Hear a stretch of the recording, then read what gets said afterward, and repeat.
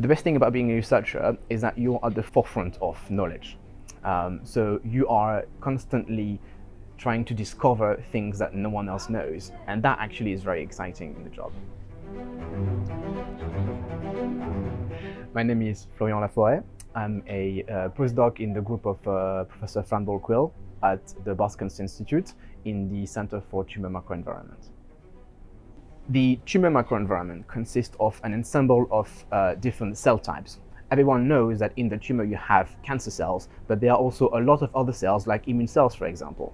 And it's important to study how everything works inside the tumor microenvironment, because this is usually responsible for the promotion of the tumor development and sometimes also resistance to therapies.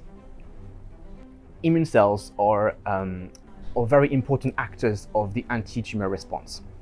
And it's important to study how they move, because they need to get to the malignant cells, for example, what we call cancer cells, to be able to kill them. So if you want a proper immune response, sometimes it's important to study why the response itself is impeded, to be able to reverse this process and improve therapies.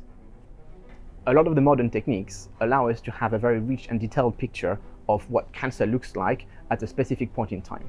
And we decided that it was also important to have an idea of the dynamics aspect of cancer, and particularly the tumor microenvironment.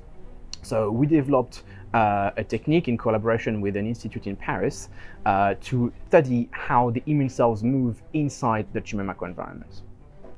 The first time this technique worked in my hands, and bear in mind it took actually a long time to be able to develop and reach that stage, I was proud and impressed at how the cells move. You could see in a live human tumor how the cells were moving in this particular cancer. And that's rather impressive.